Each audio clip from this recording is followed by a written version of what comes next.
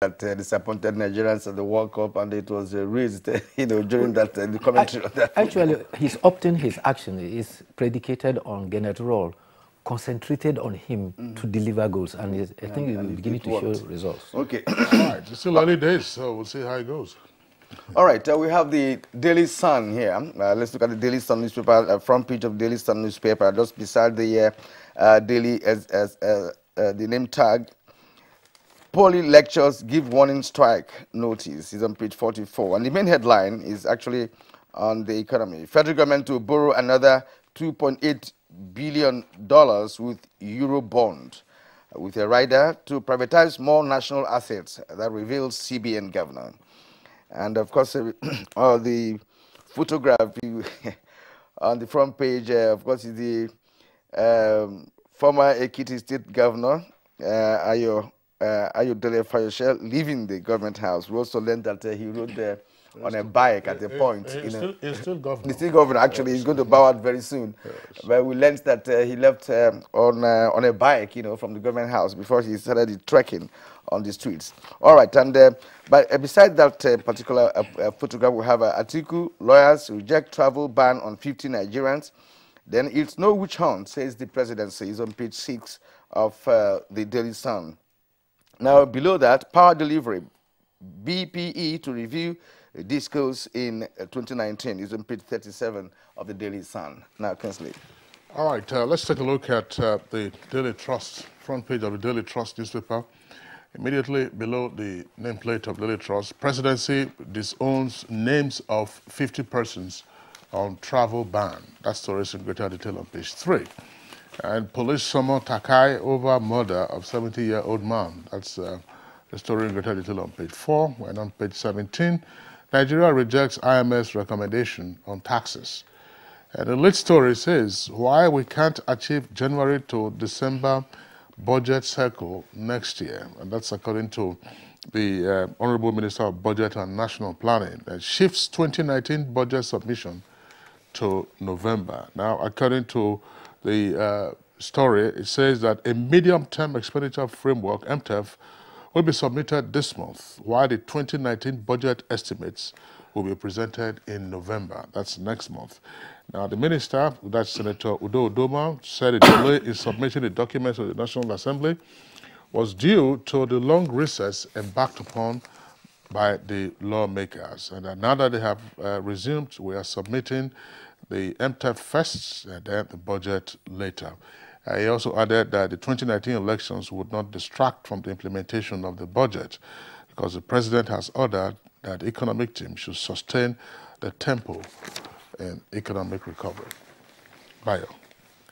Yes, the Minister of Budget and National Planning was actually giving explanation why the budget, the circumstances of the budget. Actually, from the plans they had, they intended to submit the MTEF in September so that they can fall within the budget cycle of legislated for October. However, because of the long recess of the National Assembly, they couldn't do that. Well, what the minister is emphasizing is that 2019 election will not distract from the implementation of the budget. And I say federal government has also targeted September for earlier on targeted September for the submission of the budget, but because of the delay, they could not do that. But now they are to concentrate on the various things, the passage of the 2018 supplementary budget and the approval of the external borrowing plan for the capital projects. Those were the causes that delayed their execution. They have also indicated that it is feasible, it is no longer feasible to achieve the January to December budget cycle for 2019, which means that we'll continue. Budget will be ready when as passed by the National Assembly and assented by Mr. President. You recall that the one for this year was assented in June, it was. All right, let's go to the inside the page of Nigerian Pilot. There are actually two striking stories there on page 6 of the Nigerian Pilot. It says Boko Haram terrorists suffer defeat as NAF raises training camp. And then on page 12 also of the Nigerian Pilot, flooding. That's the kicker. Environmentalist implores federal government to construct embankment on river shores. That's for the Nigerian pilot. Well, that's all. Let's before we take the editorial, but I want to discuss those stories or Yes, whatever is standing. a follow-out for the concern about the budget. If you recall that the Minister of Finance and the Governor of the Central Bank were led part of the Nigerian delegation to the current meeting of the IMF and the World Bank. And before they left Bali, they actually had a press conference and they actually addressed investors and other institutions. The Governor of Central Bank specifically says that the concerns about frontiers of the world and particularly developing markets have suffered depreciation, and this is as a result of loss in reserves. He, however, emphasized that Nigeria need to build the reserve, but it cannot sacrifice building of the reserve for currency to allow the currency, the naira, to have a free fall. And so the governor of the central bank says that the choice Nigeria made is to maintain a stable exchange rate. And he believes that this will enable business to plan and it will also eliminate problems in banking system assets. He says, on the overall, Nigeria's loss of reserves is only marginal and there's no cause for worry because Nigeria sustains stability in the foreign exchange market. The Minister of Finance also added a voice. He said, yes, actions are being taken to address the human capital that was reported to be at 44%. She also said that Nigeria will keep the current tax regime, but will continue to explore many ways of diversifying the economy. This, she believes, will strengthen our revenue base. There's a need to strengthen our revenue base so as to shore up the economy. All right, Bayo, let's take the editorial, which is from the New Telegraph, and that's at page 15. An editorial is entitled Elevating Political Campaigns in 2019. And it says, nearly 4 years since he assumed office, President Buhari would next February face a different kind of challenge. He would not mount the political days to preach about change. Rather, the president would mount a rostrum to tell Nigerians what he has achieved in those years in power. The editorial says 2019 provides the country another opportunity to make a decision based on conviction about programs, policies, and plans, not based on the heaps of mud thrown at opponents. The paper is advocating that it would be right to see candidates on the television networks debating the problems of Nigeria, proffering solutions, and raising the hopes of Nigerians, and that issues of anti-corruption, youth restiveness, joblessness, and even the economy are those to engage the attention of the candidates. Yeah, before I go to the editorial, in fact, there is a corollary to it because the Nigerian Guild of Editors hold their annual editors conference in Asaba. And in the communique, they advise politicians to do away with the culture of win at all costs because these are the elements that actually generate violence in the polity. And the Guild of Editors say that in their 11-point communique, they call on all, particularly politicians, to condemn the alleged vote buying that characterized the last primaries. They also said vote buying is worrying and a subtle way of entrenching corruption. They says election in Nigeria should always be built on truth. And they urge INEC to remain independent by allowing citizens to vote and their vote counted. And so this can be tied to the editorial. Usually, rather than concentrate on issues, challenges before the polity, sometimes our campaign resort to name-calling and abusive language. And the recent campaign against hate speech, I think if there's any place that is dominated by hate speech, I think it is political rostrum. And particularly the media should be so challenged. The politician is free on the political campaign to say whatever he can, but it is the media is not free to carry hate speech and vile campaign from political rostrum onto the media. And that has to be checked. And you know what has actually escalated the situation is the use of the social media, where everybody is a reporter. I mean, people will be breaking news here and there on the net, and nobody is sure which is the truth. So it's going to escalate the situation if care is not taken. Yes. And again, this issue of fake news as well, is all part of it. The social media has become an all-comers. Everybody is on the social media. But the integrity and the veracity of information you get on the social media has to be subjected to serious crucible test. Otherwise, you find yourself in the ambit of libel. Most of them can be described as beer parlor gossip, and you need to be extra careful, particularly the conventional media, to take items for the social media and place them on, unless you subjected them to serious verifiable text and they have passed that test. There is a corollary quickly which I like to draw to.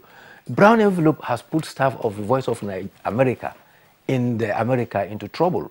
It is reported that the governor visited and gave a gift of $5,000. And according to the law in the United States, it is against the law for a journalist of VOA to accept a gift more than $2. $20. Okay, $20. So 15 of them have unfortunately lost their job. That's right, and the governor, of course, is reported to have come from Nigeria. Yes. That's the significant point about that. You know, the typical thing that takes place. And the governor that gave the money from Nigeria. Right, that's the report. That is the allegation, and there has been a denial that the governor did not give any such money. Well, we won't name the individual without getting into details, of course, plus all kinds of videos that are. But the lesson for us as journalists is to run away from accepting gifts, particularly in the course of performing our duties. Bayo, that's the much that we can take Monday morning. See you tomorrow. Thank you. It's Good Morning Nigeria. We take a short break now. When we return, we have 2 items to discuss. So we're focusing on the Executive Order number 6, plus the Senate as a refuge for former governors. Hate speech is not a joke. It incites genocide and crimes against humanity. Most of Africa's civil wars are caused by hate speech from one tribe against another. We don't want it here. The Nigerian government stands firm against hate speech. Under no conditions whatsoever should we tolerate or excuse or justify hate speech or hateful conduct of any kind, especially where such is illegal. There is no doubt that the resurgent push for separatism, as well as the rising cases of ethnic and religious disharmony, are all traceable to the growing phenomenon of hate speech. One nation bound in freedom, peace and unity. Nigeria, one nation, one people. This is a public service announcement brought to you by NTA. The time has come again when we all gather at the Unity Forum to celebrate the uniqueness of our cultural diversity and showcase the beauty of our cultural creativity and ingenuity. It's the National Festival of Arts and Culture, NAFEST, in the Garden City of Port Harcourt, Rivers State. Come, let's celebrate our culture and heritage. Hold it 20th to 27th October 2018. Special features, dance drama, traditional wrestling, indigenous textiles and cuisine, arts and crafts exhibition, entrepreneurship roundtable, skills acquisition, and many more. 20th to 27th October 2018. Be a part of history. It's NAFEST Rivers 2018, the festival that unites the nation. Otumba Olusegun Runshewe, DG National Council. Helen! Your kitchen gets 10 out of 10. Thank you. This also gets a 10. Should we see the toilet now? Sure. This gets just 1. It is clean. But not perfect 10. Better than my detergent and bleach? Impossible. Challenge? Try the new Apic 10X. Compared to bleach and detergent, Apic sticker formulation removes yellow stains times better, giving you a sparkling clean toilet. Wow. Now you also take that Apic 10X challenge. Also available in 200 ml pack. These days, people get their news and information from more media sources than ever before. Some of the news and information given are fake, unverified, doctored and manufactured to create confusion, stir disaffection, and cause disunity. Before you believe or share any news, ask yourself, is this real? Is it from a credible source? Is it verified or verifiable? Fake news is dangerous, whether you do it for fun or for political gains.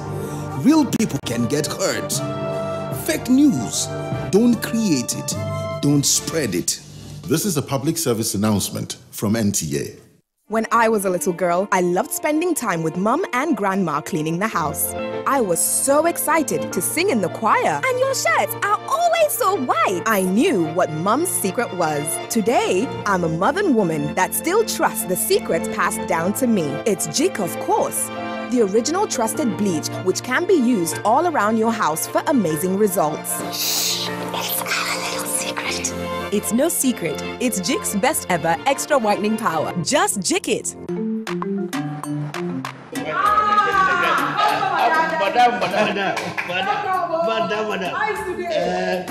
Brought us as usual. As usual. You have no problem. For the three you are welcome, sir. As usual, yeah? You take that one. Yes. Take that one. You don't understand? We want Nigerian homegrown rice. Finish. You don't have? You don't have? Join the rice revolution today. No other rice that tastes like Nigerian rice. Are you sorry? That's the Nigerian rice we are talking about. Chocolate made in Nigerian rice. Healthy food. I'm going to bring Mrs. Mom to come to chocolate rice of made in Nigeria here. And see how it are made. Correct. How they are cook it. Correct. Homegrown rice are good for your health. It boosts our economy and give employment to our people. This message is brought to you by the Federal Ministry of Information and Culture. Caring for the patients of typhoid and diarrhea is our responsibility. And these illnesses are often spread due to eating with unclean hands. So I recommend Dettol, as it protects from up to 100 illness-causing germs. That's why I want to be Dettol sure. Dettol, be 100% sure. Dettol soap is now also available for 100 Naira only. All right, you're welcome back. But if you just joined us, it's Good Morning Nigeria, and we are reaching you live on the network service, as always, of the Nigerian Television Authority. Now, stakeholders have described Executive Order Number 6, issued by President Muhammadu Buhari, as a major boost to the anti-corruption effort of the incumbent administration. But just how much can Executive Order 6 handle, as it's received already constitutional backing from last Thursday's court decision?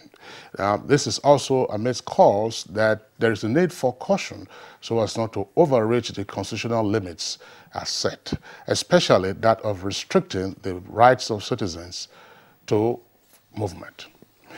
All right, so now that's the basis for our conversation. For the first leg of our conversation this morning. And joining us to do just that in the studio is Malam Garba Shehu, SSA Media and Publicity to the President. Malam, good morning and welcome to Good Morning Nigeria. Thank you. And we're also being joined by Hamzat Guldachi. I hope I got that correctly. He's a legal practitioner and the public affairs analyst. You're welcome to the program. Thank you for having me. All right. Now, for the purpose of clarity and, of course, enlightenment, what is the Executive Order Number 6 all about, and what is it set to achieve? I'd like to begin with Malam Garba Shehu. Well, essentially, the order is supposed to ensure one thing, which is that government places an embargo on access to suspected stolen funds, assets, whether in Nigeria or outside the country. Problem over time is that because the process of bringing people to justice takes so long a time, some people have exploited that to do two things. Either that they use the assets, those unlawfully acquired assets, to compromise investigation and prosecution and make it difficult for the courts to even discharge their functions, or that they dissipate those assets. And at the end of the process, you probably will have nothing to go back to. So the thing is, government wants to say, well, can you hold this money? Don't touch it, and let's go through the legal process. So at the end of it, if it's your own money, you get it back. If it is not your own money, it goes to the treasury. So essentially, this is what it sets out to do. Okay. All right. We had discussed Executive Order Number 6 when it was first issued. And then, of course, litigation also arose. And in my introductory remarks a moment ago, I did say, of course, there has been a court pronouncement on the validity of Executive Order Number 6. Let's bring in Hamza Gudaji into the conversation now. From what Malam Garba Shehu has described, and indeed from the letter and the spirit of Executive Order Number 6, what are the broad parameters that we're looking at? Well, the parameters are situated within the confines of existing applicable laws which fight corruption. Basically, you have the EFCC Act, you have the ICPC Act, you also have the Police Act. Now, these are the legal parameters for this executive order, because the order is not enacting anything new, so to speak. It is only saying that relevant agencies should faithfully execute or implement certain provisions of their laws. So that is the parameters. And of course, should there be any excess, the courts are there to check it and address it. So basically, these are the parameters. Okay. Well, in terms of focus, I mean, specifically mentioned in the Executive Order 6 is the Office of the Attorney General of the Federation, who was the Chief Law Officer of the Federation, by the way, for him to take the lead in ensuring that relevant agencies implement also relevant provisions of their laws. So why is there the lingering perception that Executive Order Number 6 is an overreach? Well, this is not an issue that is peculiar to Nigeria alone. It is a phenomenon, that has happened elsewhere. There's this suspicion, that is usually accorded to executive orders. Why? Basically because of the doctrine of separation of powers. People believe that there shouldn't be any enactment which has a force of law, coming from the executive. But when you look at it in the technical sense, it is not an enactment of any legislation. It is only restating existing legislations. So I think these are just perception issues which awareness will clarify, and of course, which the courts are there to guard and guide. Basically, that's it. Okay. We have the same issues in America and things like that. Okay, now it might sound right, the Order Number 6, in view of what Malam Shehu explained initially in his initial comments, as to be a kind of instrument that will be applied to, of course, fight corruption, to make it to strengthen the fight against corruption.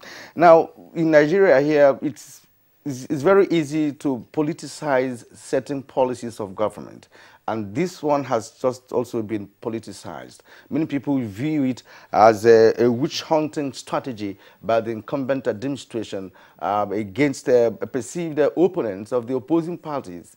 Right? How do you address this, Madam Shehu? Because that's what is in the air. The opposition party says no, and then a number of lawyers too have made comments, and of course they're asking the government to withdraw the order.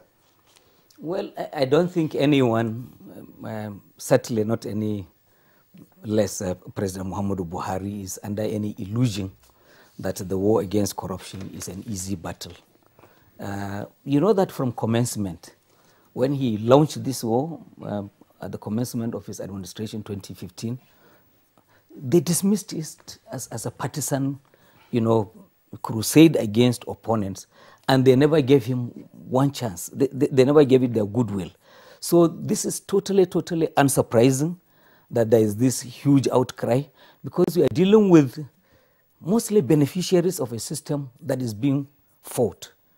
You mentioned the opposition political party in particular. I think it's a very sad thing for them, because what this has done then, they are positioning themselves against war against corruption, is to say to Nigerians, well, we are simplifying your choices, assuming this is the time for election. But this is a choice between darkness and light, you know, between corruption and anti-corruption. And so Nigerians should make their own choices. But for the president, for this administration, the war against corruption is instructed by the Constitution. The government has a duty, has a role, is incumbent upon the president and the government to fight corruption. And this will be done relentlessly. I'm wondering, I know, Mama Gabasho, I mean, I'll ask you this legal question, but you can respond to it in general terms. And then, of course, we have Hamza here, who's a lawyer, who can respond to this. Some observers are of the view that Executive Order 6, when we discussed it when it was first issued, some observers said that, you know, it would appear to be excessive. That is, it would appear to be superfluous, in the sense that there are existing mechanisms within appropriate legislation, ICPC Act, the EFCC Act, and indeed our criminal code or criminal laws, penal or criminal code, that will enable the courts, you know, to issue an order for the freezing of an asset of a financial nature or of real estate or whatever, to prevent the asset from being dissipated while the matter is going on. And there have been a number of reports, of course, of the EFCC freezing the accounts of individuals. And of course, in recent times, we have also seen the EFCC purporting to freeze the accounts of state governments. So why then was there the necessity for saying, look, we are issuing this executive order? Well, you know yourself that I'm not a lawyer, and I'm happy you qualified your question. However, how did we get to where we are? If it was as simple as you just described it, we probably wouldn't have found ourselves where we are, wouldn't have found the need, you know, for this executive order. We are talking about a situation in which people have seized money intended for drugs in hospitals, for water supply in our rural communities, and as we say in local parlance, they have eaten this money. And they have devised a system by which they have bogged down the system. These cases that they're dealing with go back 7 to 10 years back. And of course, thank God for the new leadership of the judiciary. You know that there's a new practice code saying that anti-corruption cases mustn't exceed 180 days from commencement to the end. That's a new thing. But going back to those cases in excess of 10 years, what can you do about that? So nothing is more excessive than this fact that people have seized money intended for Nigerians, for their well-being, and they're just squatting on it, and they are using it in order to undermine the process, the justice system of the country. Hamza, yes. Let me respond to that as well, in addition to what he said. Now, the act of issuing executive orders by heads of governments around the world is a form of best practice. Now, let me try to explain. Of course, under the Constitution, the president has vested in him all executive powers of the Federation. He's responsible for ensuring that all laws, all statutes are implemented, are executed to the letter of the law. Now, in a bid to do that, you don't expect the president to start calling different heads of agencies to be telling them, do this, do that. It will even create a negative perception. So the world over, if a president wants to reinforce the execution of laws, he issues executive order to that effect, and which is what the president did. So it's a form of best practice in governance.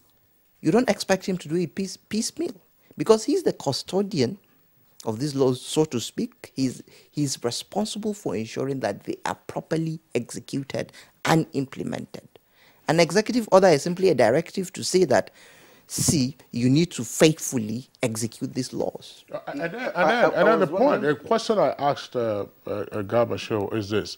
We have seen the mechanism of a temporary freeze of assets financial or real estate being deployed by the anti-corruption agencies, EFCC and ICPC. We have seen it at play. Of course. With regard to individuals and then also with regard to state governments, you know, in recent times. That's what I'm saying, that was already work in progress. So why then did you need this added velocity? Basically to reinvigorate the application of these laws. Basically, that's it.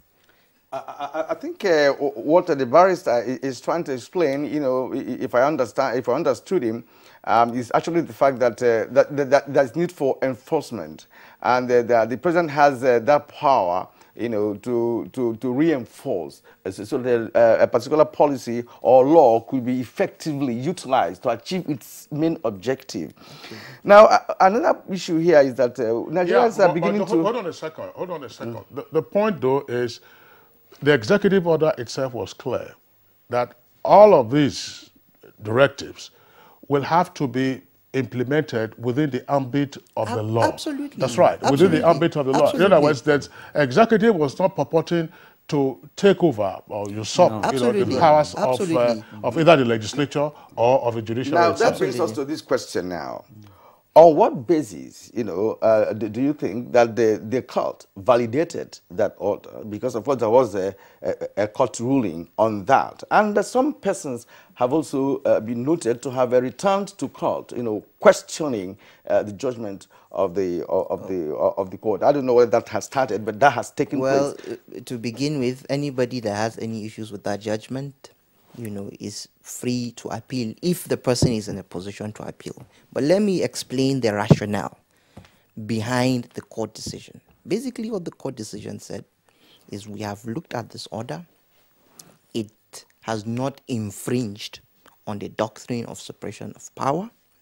It is only restating existing laws. Therefore, as long as the laws will be followed to the letter, we don't have any problem with it. So, for example, to give a specific example, the Honorable Judge said, for you to, you know, subject any asset to interim forfeiture, you have to eventually get a court order. You know, and that is what the executive order says. So, because of some of these things, the court said this thing is constitutional. It's constitutional because it's just restating what the law has already provisioned. But why are lawyers, professionals like you, some of them anyway, against this order? I said it already. There is usually this suspicion, you know, by the citizenry across the world, you know, when executive orders are issued, because they take the semblance of an enactment. And in the true sense, they are not enactments.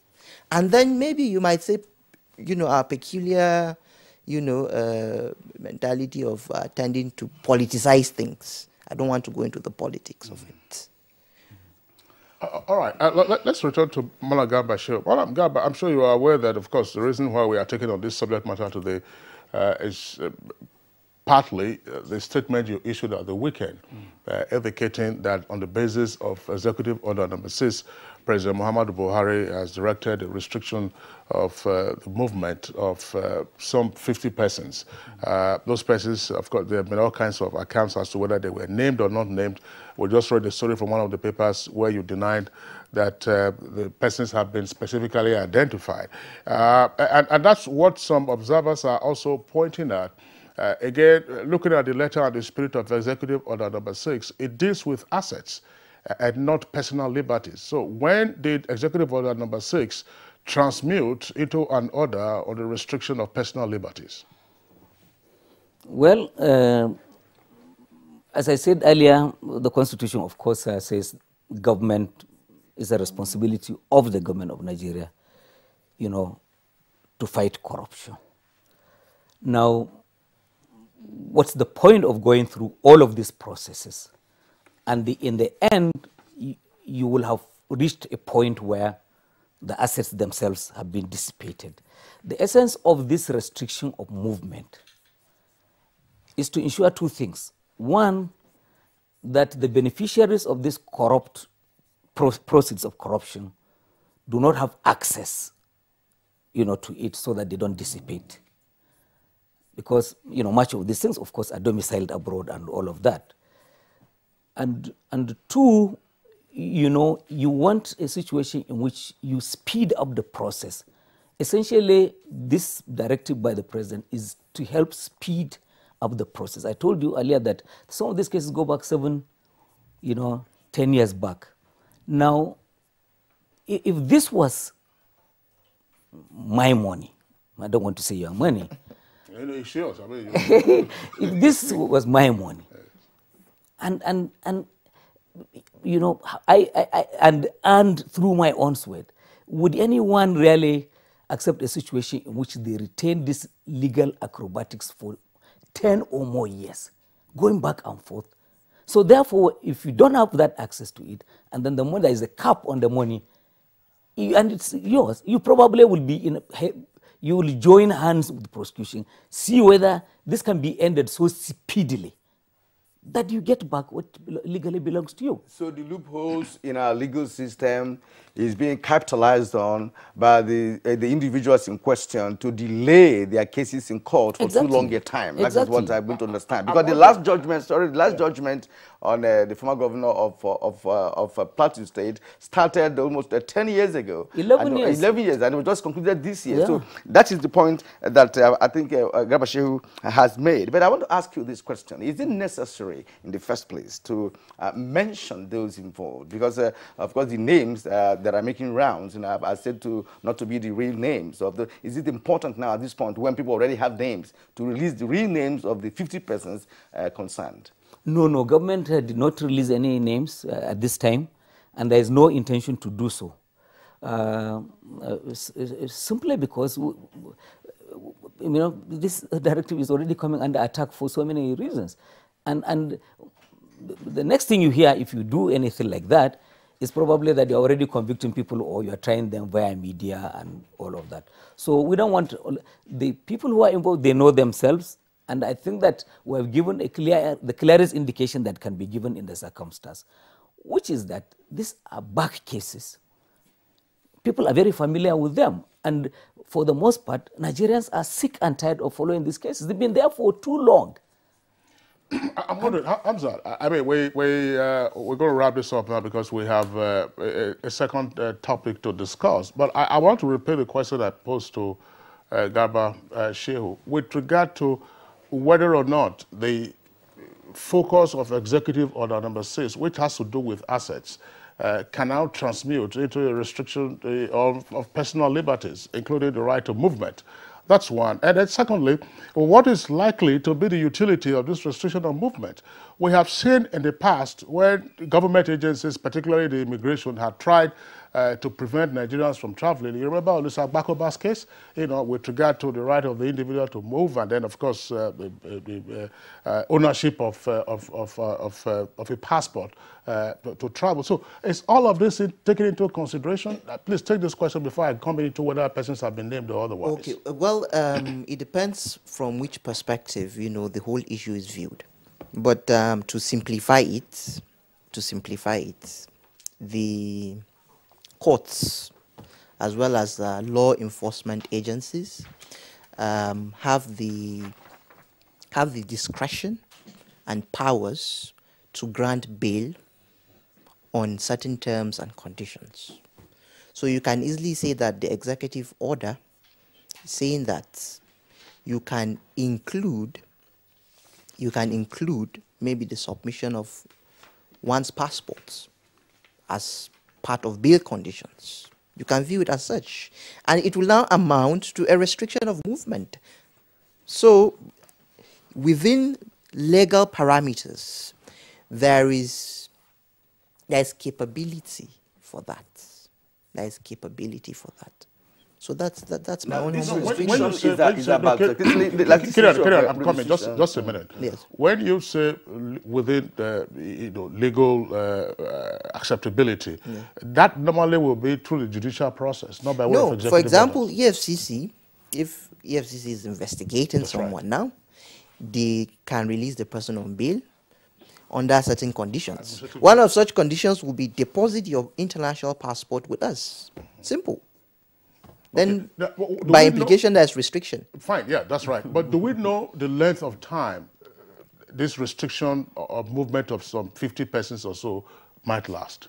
Well, I don't know whether it applies to these 50 persons, but I'm just telling you that within the legal framework, within the applicable laws, you know, there is room for restriction of movement. I'm not saying that these 50 persons have been restricted. But I don't know about that. This restriction issue is just for you not to step outside Nigeria. Obviously, that's what it means. It doesn't mean you will not get around Nigeria itself, so that people will begin to understand what the restriction really, means. It's not that you will move around Nigeria. And is there the restriction per se? Is it like an upfront restriction?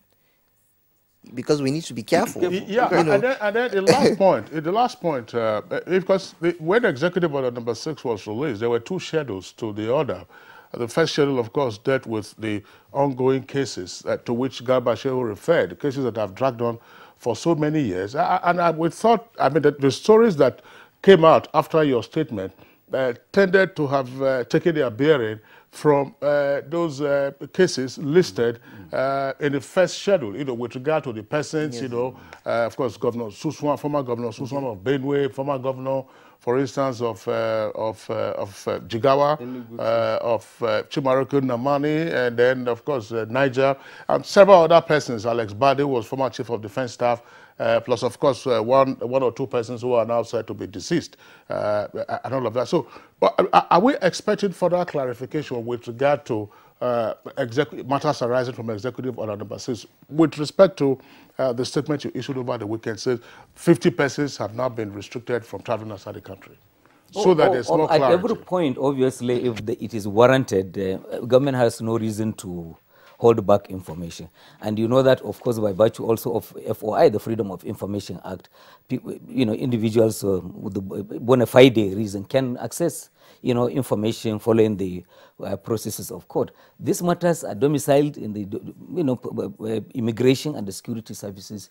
And I'm sure that those who think Kingsley is certainly not there, so we can... Thank you very much.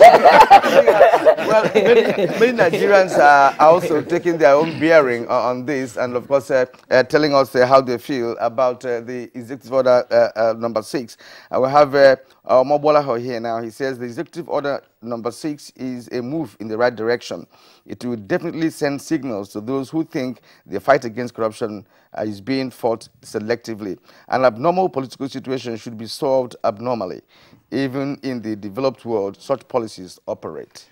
This is from Festus Akimboyo. It says Executive Order number 6 shows that the federal government has taken the fight against corruption to another level and should be welcomed by Nigerians. Those who are innocent should not be afraid. Any policy that can help weaken the monster of corruption that has caused untold damage to our country is welcome. All right, Mike Anyako has a different view here. He says the Executive Order number 6 banning 50 Nigerians with corruption cases from traveling out of the country is coming very late, especially when we are preparing for general elections.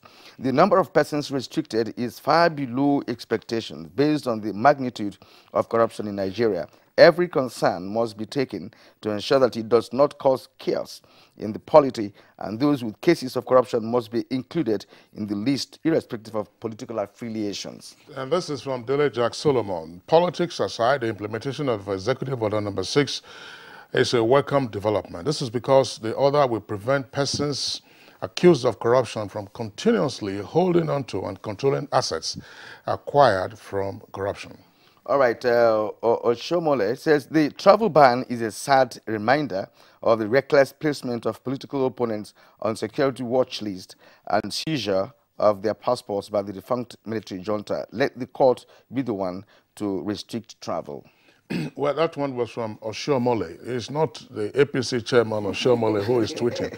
And assuming they, of course, these are similar names, the spelling of this one is not exactly the way Oshomole spells his. Yeah, so that's a major difference to note there. Signed by Kolomakoji tweets. Now, how can the excesses of Executive Order 6 be checked? And to Garba Shehu, don't you think that this order will bring about redundancy of some agencies, as it appears the ICPC and EFCC were also doing something similar in that direction before now? All right, and Chris Simeon says, well, the coming of Executive Order number 6 on board is a welcome development.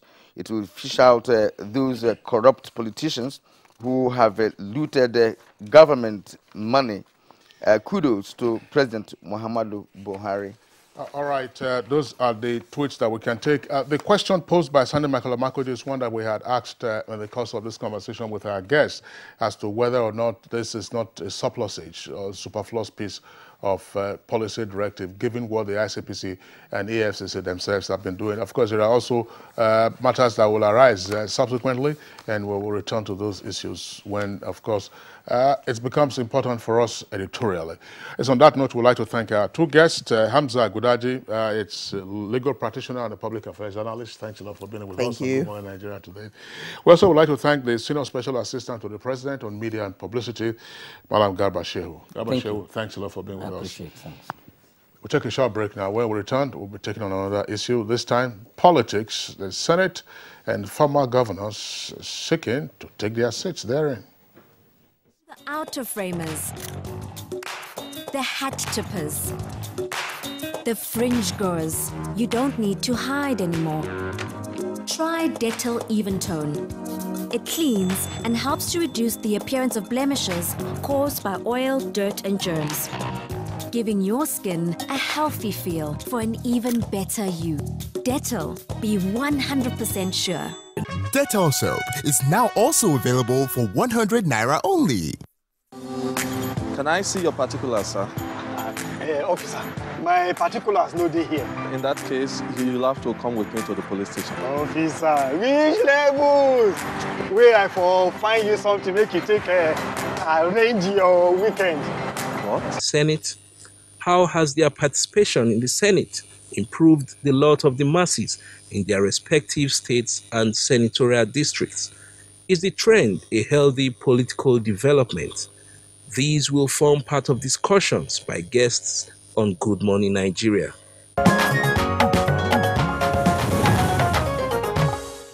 All right, thank you very much, Mitari Ikme, for that backgrounder. And just to restate that the Senate is the upper legislative chamber in the National Assembly. The other, of course, being the House of Representatives. Then some persons, of course, would argue that the qualifications required for membership of the Senate, those qualifications are higher than qualifications for any other legislature in the country, including, of course, state houses of assembly. So our effort here is not to denigrate the Senate, but of course to draw attention to what has been described as a growing trend of governors immediately vacating their offices in the states and then taking refuge, as it were, in the Senate. We have guests with us here in the studios as well as at our Kaduna Network Center to join in this conversation. First, we'd like to welcome Awal Musa Rafsanjani. He's Executive Director, Civil Society Legislative Advocacy Center, CISLAC.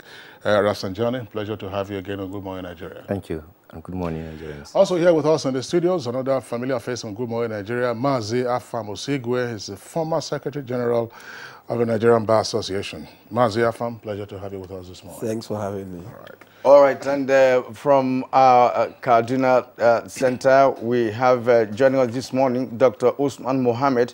Is the Chief Executive Officer, Center for Legislative Studies in Africa. You are welcome to Good Morning Nigeria. Karen, good morning. We're glad you can hear us very clearly, and we can hear you clearly too. Gentlemen, you're welcome to this segment of the program. Currently, we have about 15 serving senators in the 8th Assembly who are former governors of their different states. And of course, from what has taken place after the primaries concluded by all the political parties, it does appear that we should be expecting more of the ex-governors in the 9th Senate. And so has it become a trend in Nigeria that after serving out your term as a governor, that you are going to now join the Senate as, well, as Kingsley said, as a refuge or, of course, a retirement base. I'd like to begin with the man in Kaduna. Let's start with you in Kaduna over there. What do you make of the situation where governors who serve out their tenures now retire at the Senate? Thank you very much. in as much as it's their constitutional right, I believe that it is getting more populated by the governors. And as statistics have shown, with the present population of governors and those intending to come, the Senate will be populated, looking at their number 109, almost a quarter of the House. After 2023, we will see a Senate in 2027 that will be populated by almost half the Senate. What I mean here is the fact that when you look at the statistics that I have, which comes from the publication of National Institute for Policy, for Legislative Studies, 2018, this is the publication they had, headed by Ladi Hamalai, National Institute for Legislative and Democratic Studies.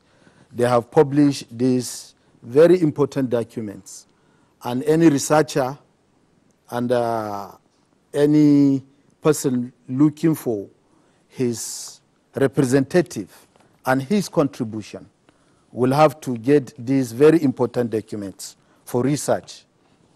Now, having said that, when you look at the entire Senate, the composition of the Senate, and it's getting much more with governors after election, and also with deputy governors coming in, it's scary. That is one thing. Secondly, when you look at even the governors that battled legislatures at their state and hindered good laws and couldn't even give a very good budget a chance to be implemented for the common man, then there is a problem for them populating the Senate. Thirdly, their contribution is important, as we see in this publication of Niels. Because when you look at the contribution of some of the governors, you can't help but hail them. For example, out of these 15 governors, only 9 governors have made serious contributions in the Senate.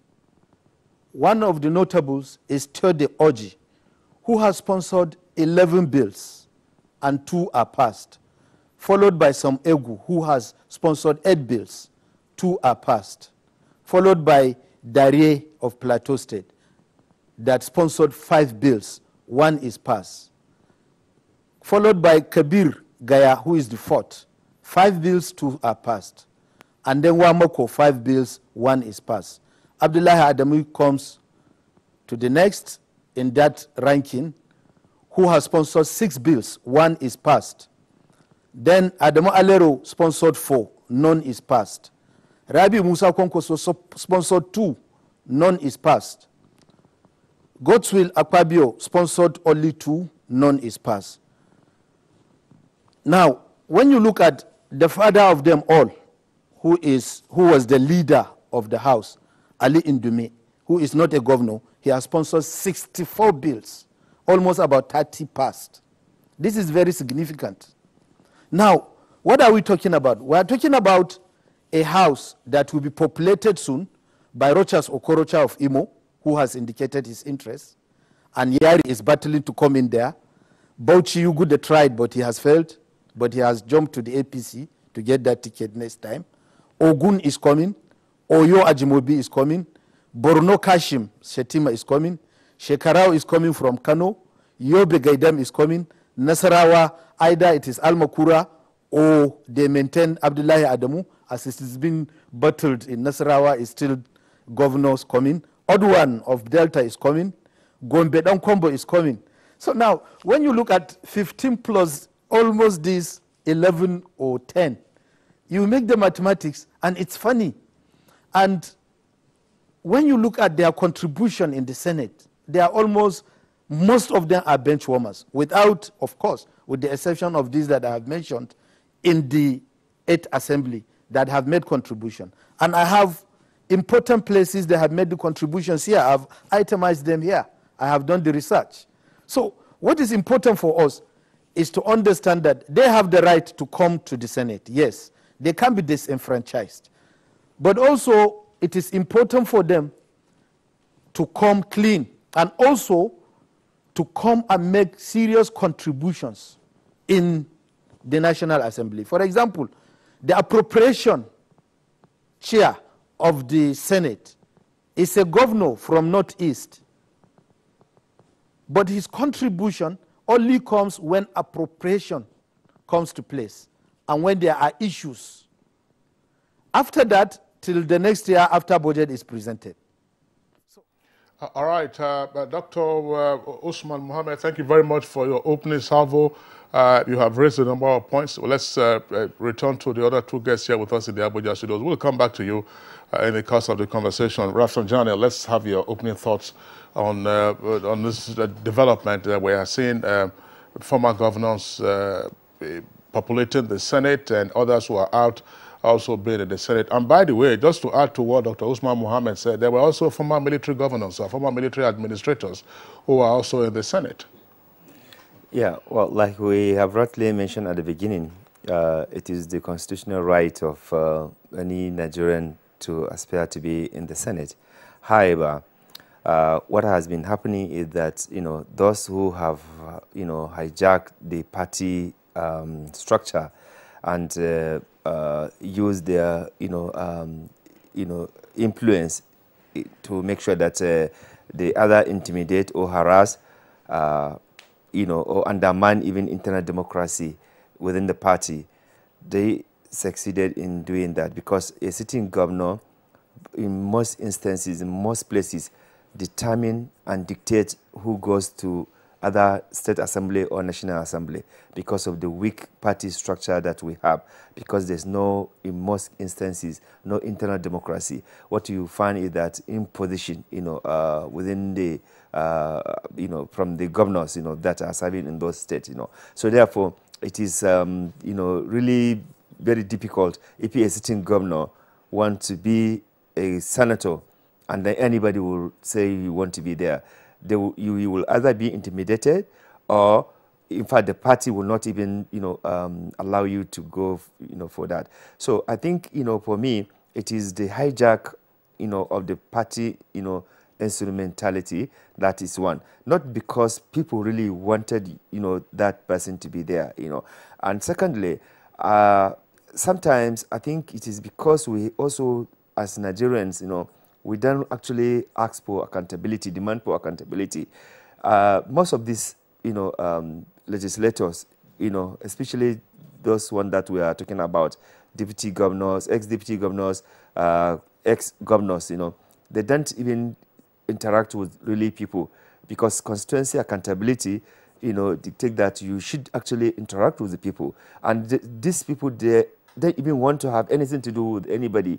So what happens is that they just use their own position, enforce themselves, whether people like it or not, they will do that. And that is why it is important, our political parties, especially, the strong political parties, they actually work out an arrangement that will ensure free and fair election, that will allow competent, honest, disciplined, patriotic Nigerians who seek to be in the House of Rep or in the Senate or in any elective position, to allow them to have a free, space to contest election rather than imposing them.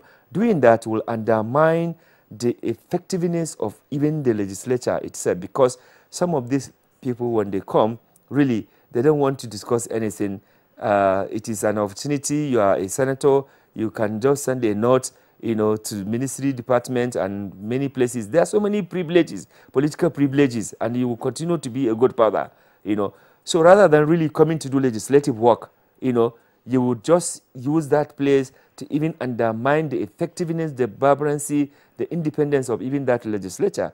So I think it is important that our political parties and the electorate, more importantly, they should rise up to insist that only people who can actually add value to the legislative process that can actually come to the other House of Representatives or the Senate. If you allow people who have even issues of suspicion that they have looted or they mismanaged their state to come to the Senate, it is going to be a replication of what they have done also at the state level. So it is important that, you know, the political party create an, you know, enabling space, you know, for people who really want to come, not imposition, not using state powers or state, you know, resources. You can imagine if you want to go and contest election with the governor in a particular senatorial district, who are you to even say anything? You know, the police, the security will come and just, you know. Okay, all right, Awabo Sanjani, thank you. You have made very, valid point here.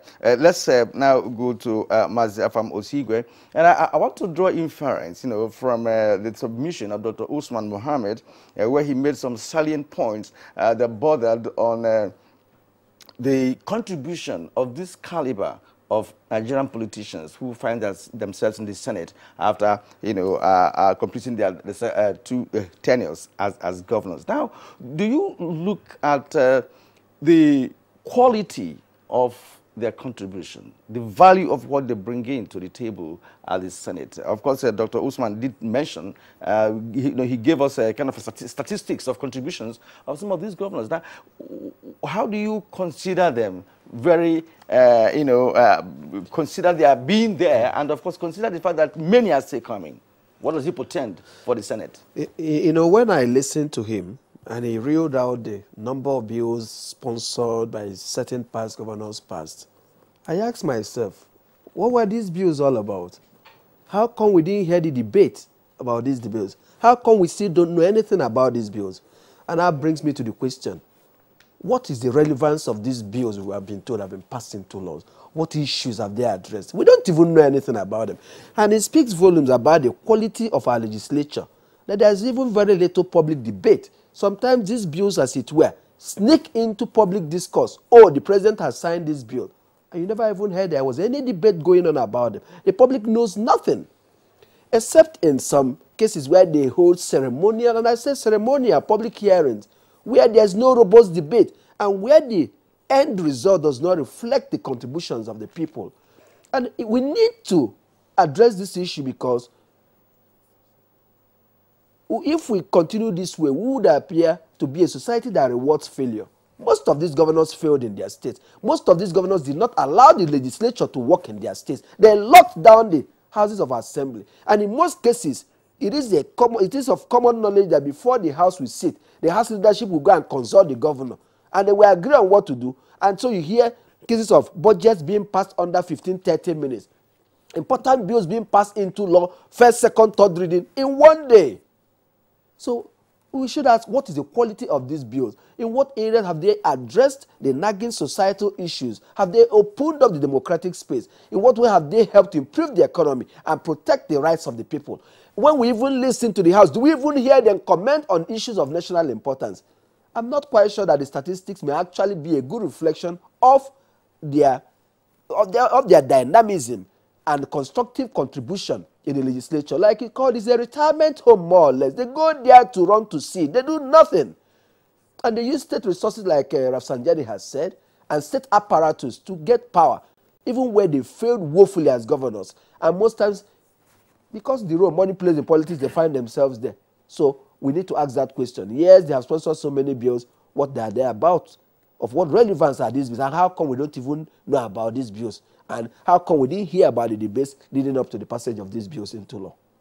Afam Osigwe, thank you very much. Back again to Dr. Usman Mohammed in Kaduna.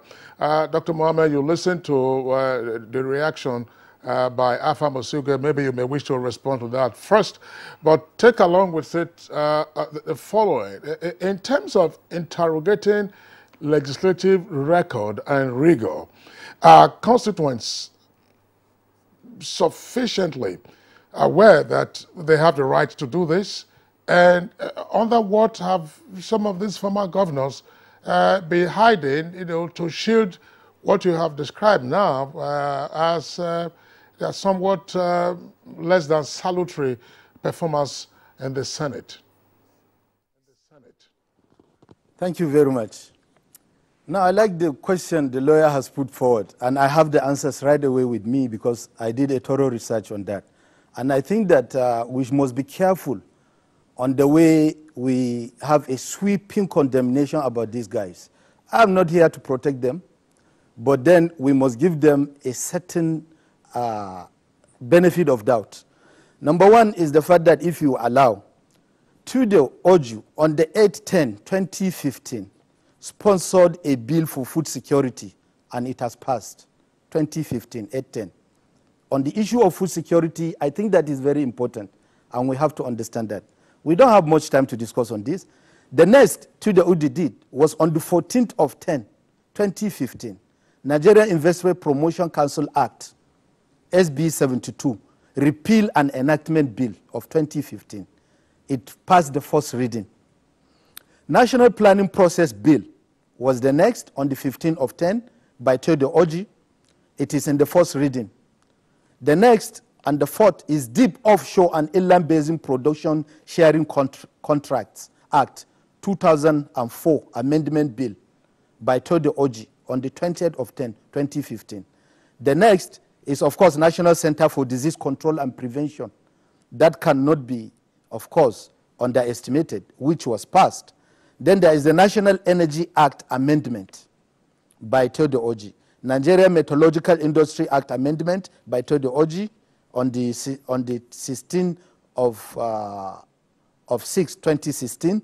And then National Fertilizer Quality Control Bill by Tude Oju.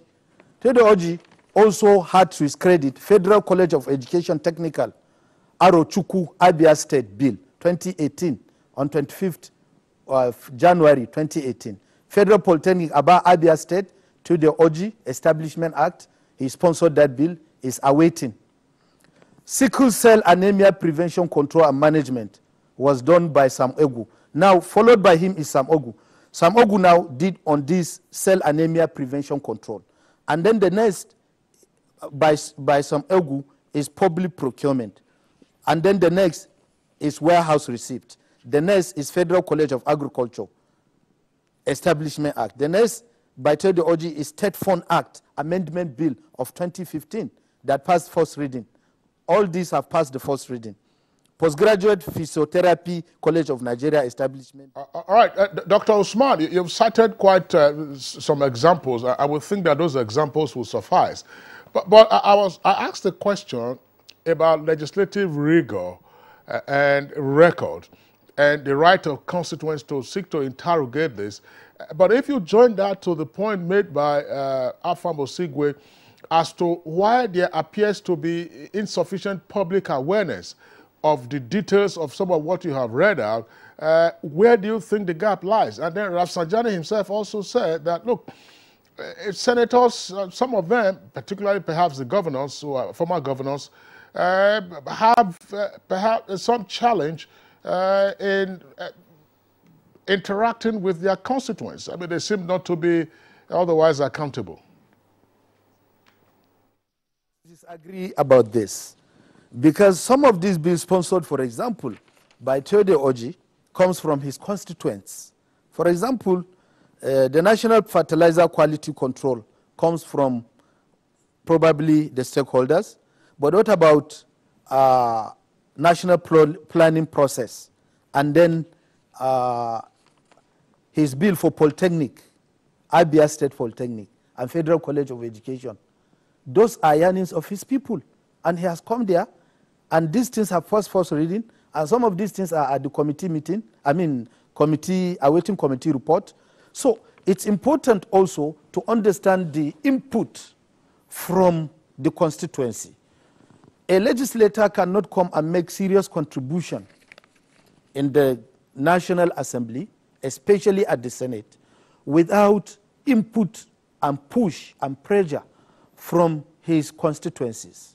And these guys have taken this input, they have taken this pressure to the gallery, to the National Assembly, and they have made serious contribution. And the lawyer there will agree with me that it's not easy to sponsor a bill. It's not easy for you to even have a bill to pass the first reading and then to pass the second reading. These guys have tried. Kabir Gaya also have tried. He has his own bills here that I've itemized. So also Konkoso on the issue of national grazing and reserve and also nursing, and so many others. Ali Wamako on education, national planning. Now, we must understand that these contributions sometimes come from institutions. There could be amendment bills from the institutions that really need certain laws to be amended so that they are positioned well to serve the nation. But all the same, these guys have made their impact. On the issue of their general contribution, I beg to agree with you that it is very, very abysmal. It's so small with the kind of quantum of resources that goes to them and also that sponsors them and that maintains them in the house. I agree with that. Thank you indeed, Dr. Usman Mohammed, CEO, Center for Legislative Studies in Africa. Thank you very much indeed. And gentlemen, we are talking about the preponderance of ex-governors being in the Senate. And in this current dispensation, we've had running battles between the Senate and the presidency in terms of signing bills and, of course, budgeting matters. Now, my question here is, does the presence of that caliber of politicians and the Senate impacting negatively on the presidency-Senate relationship in your understanding, having, of course, been in the country since 2015 that the 8th Assembly commenced? I'd like to ask Awal Musa Sanjani to comment here. Okay, thank you very much. I think let me just also throw this in and so that people understand this in legislative work does not stop as, proposing bills. It has to do with constituency accountability. It has to do with the effective and responsible oversight. It has to do with the representation of the people. So it's not just about getting a lawyer to draft a law for you, on behalf of your constituency. If there's no public participation, the constituent participation, on that, it means that you are just engaging a lawyer to just draft a bill for you, just so that you will have a record that you have sponsored 20, 30 bills. Those are not necessarily the most important thing. Having a large number of bills that has no public, or does not have good governance attached to it, does not necessarily make you to be anything. And that is why my organization, from the next, legislative, calendar, we are going to be giving you a detail of what, each member in the House of Representatives and the Senate has actually contributed in terms of this key legislative responsibility, representation, lawmaking, of course, constituency accountability, and that's oversight, so that we would look at how many bills did you sponsor that has public bearing, that people really, when we're talking about poverty, when we're talking about reducing cost of governance, when we talk about human rights issues, when we talk about environmental, protection, these are the kind of bill or the bill that will help to increase or improve the economy of the country. Anything that is outside these major, key governance issues that will help, in terms of development, of the country, in terms of also, improving governance in the country, it is just a bill that people will just not even have any recall on it, So we want to members in the Senate and House of Representatives and even the executive to only consider or to propose bill that has direct bearing on Nigerian socio-economic and political development, not having, large number of bills that, government will not even, okay, you pass those bills and nobody even knows about them because there was not even much public participation in terms of other developing those bills or contributing to getting those in, in the National Assembly. Public hearing is important to have this in and be reflective of what people say, The other question that you mentioned, because of the ego that you have in most instances between these ex-governors in the Senate, the presidency sometimes, they don't really cooperate. So because as a governor, you are used to giving order. Now you come to the National Assembly where, everything will be subjected to debate and discussion. And if you think that you have this, and the president has to sign, also the president would feel like, he also has, the power to do whatever he wants to do. So at the end of the day, the current crisis that we have now, for example, if at all the ex-governors, had contributed in terms of resolving them, it would have been more useful to me. But you can see so many important bills languishing in the National Assembly, like, PIB, is still there. The presence of the ex-governors, none of them supported any of such kind of bill to ensure that the president eventually, assent to it, So there are so many important bills that I think, the country requires legislative, action on it, And these ex-governors have not been able to intervene between the president and the National Assembly. For me, if you are an ex-governor or ex-deputy governor, you should have also used your own political capital to make sure that the trouble that you have in the National Assembly, is actually addressed, between the executive and the legislature. There should be harmony. There should be peaceful, resolution to some of this misunderstanding that are caused, not to come and be struggling for political power in the assembly. Because most of the, situation you find out that when they come, because they were ex-governor, they want to be given a juicy committee. They want to hijack, even the principal officer thing, even though the Senate now has, provision that only ranking members, in the Senate will have certain, position, in the Senate, But really, if the ex-governors can come to the assembly, contribute positively, not just turn that place into another ATM, I think, Nigerians would appreciate that. And if they will be talking, issues that affect Nigerians, poverty, unemployment, the corruption that is going on, which of the ex-governor has spoken against the looting that is going on in this country? I have not seen any of the governor or deputy governor that has spoken to say, look, we will not support any looting and we will investigate. In fact, in most cases, when they are in the committee where you think they can act, they will not act because they don't want, because they know that in many instances they have done something wrong too. So they don't want to go and do anything that will begin to say, okay, you two, during your time, this is what you have done. So I think what we need to do is to really see how we can make this thing to be more, participatory, more transparent, allow people to come in. Don't ambush people from coming because you are a governor, because you have access to state resources to impose yourself. In most cases, you see these senators now, when you get a form to go for the Senate and you wanted to be a president like what we have seen in 2015 and even in this 2018, many of them who lost their primaries as presidential thing, they've already done arrangement with some of the people who had already secured senatorial ticket to now collect that now.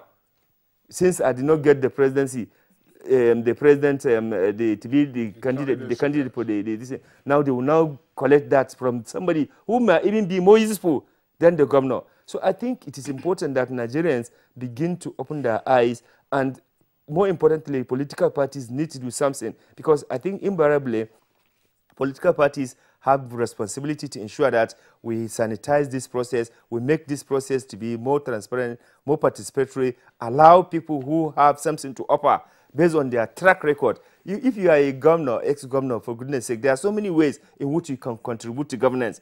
Being ex-governor, you have a lot. You can actually document even your experience. That will help students of political science. That will help a lot of people, researchers, who want to understand the intricacies, and the complication in governance process. And you can actually be even a consultant. But you don't need necessarily to say you must be in the Senate so that you can continue to take the political, lagoons. All right, Rafsanjani, thank you very much. A number of points that you have raised. Afam Osigwe, Rafsanjani has talked about the lockup of the political space by aspiring former governors, because, of course, nobody can seek to contest it. But it talks about using the instrumentality of political parties to address this. And yet, what we have seen virtually since 1999 is the takeover of political party structures in the states by governors. And this is how it's been. So how then can you break the stranglehold of governors on the political parties to ensure that there's, as the saying goes, a level playing field for all aspirants, particularly to that of the Senate? That's one. The second point that I would like you to also address. Yes, it is often said that you like to that the Senate should be populated by experienced and seasoned administrators or professionals, you know, persons who have seen it all and who therefore can bring their experience to bear on the issues that will be of moment to the Senate. But from what we have seen with regard to intergovernmental relations, particularly executive and legislative relations, this would appear to have been a major challenge for the senior citizens, if you like, or the experienced persons who are in the Senate, that in spite of the presence of these persons, the acrimony that you find between the legislature and the executive over, not just power flexing actually, rather than on substantive matters, that this hasn't been quite a benefit that ordinarily people would expect to derive from the presence of, say, former governors in the Senate. Well, let me just say that the question you asked is an ideal, but as long as there is lack of intra or internal democracy in political parties, that will continue to elude us. Now you have a situation where governors more or less handpick those who lead the political parties either within the state, or a group of governors and past governors determine who gets elected into the national leadership of political parties. So you do not expect that the national leadership will say no to them. So it becomes a scratch my back, I scratch your back situation where the governors are pandered and where a governor could literally commit murder and get away with it because he is seen as the leader of the party in that state. And so he decides who gets what and who doesn't get what. And it's obvious in the fallout of party primaries in some of the states where the governors are insisting on having their way, even though their preferred candidate may not have won the election or the party primaries. Now, you talked about the issue of acrimony, their inability to. Now, many of them come into the legislature with what I call a Your Excellency mindset. So they are used to giving directions, like our Rafsanjani said, and they are not used to sitting down to debate and then have their way by the superiority of the argument. So they can't imagine that any person will just sit down there and tell them what. And then it's a constant power struggle. They want to be on top of everything. They want to be in what they call the juicy committees. You know, because of the pork barrel nature of the legislature in Nigeria, where people want to do oversight function in order to advance their personal interests. So this power interest will always be there, because when people feel that they are not getting what they want, not necessarily whether the leadership is doing the right thing, or because they feel that's what a particular person, either a governor or a president, wants. So issues are not based on principle, but based on some other ulterior motive. So that's why we find it difficult for their real contribution to be allowed to come to the fore.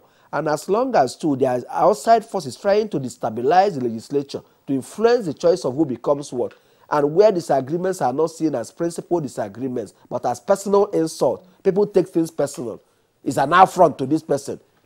Not respecting the fact that people may necessarily diverge on the opinions, and that does not mean that they have less respect for the person with whom they have disagreed with. So these are issues. The mindset, our attitude to politics as a do or die thing, as our personalization of political differences, and a desire to ultimately determine who gets what, rather than allowing the members of the legislature to determine and evolve their own leadership and allow them to know that they have a particular constitutional duty to perform, which may not at all times align with the actual wish of the executive, but knowing that all these things are should be in the best interest of the nation. So I think if we're able to address some of these issues, we'll be fine. All right, thank you, Mazi Afam Osigwe. Well, time is no longer on our side for us to continue this conversation, but Nigerians are also reacting to this conversation, because everybody begins to think that once you conclude your term as a governor, the next is to get to the Senate. And we've been trying to see how we can digest the reason why, and of course the consequences of doing so. Now, let's get to the tweets now. Akin Dada says, political career development in Nigeria is naturally patterned in such a way for governors to seek to retire to the Senate. They are free to do so as any other eligible citizen. Mike Ayakwa tweets, now the Nigerian Senate intuitively has become a retiring hub of our governance, thanks to copycat syndrome in the polity. Now, although outgoing governors have the right to aspire to any elective position of their choice, the truth of the matter is that many of them use the instrumentality of their offices to achieve the goal. All right, and Dela Jack Solomon says some of the governors who are definitely thinking of going to the Senate have left their states impoverished than when they met them. What did they forget on the corridors of power that is taking them to the Senate? And another tweet from Amagbola Hon. It says the increasing penchant of two-term governors to turn the Red Chamber to retirement home is one of the reasons I've always campaigned for a unicameral legislature. It's an insult on our collective intelligence by any outgoing governor to seek to displace a serving senator to pave the way for himself.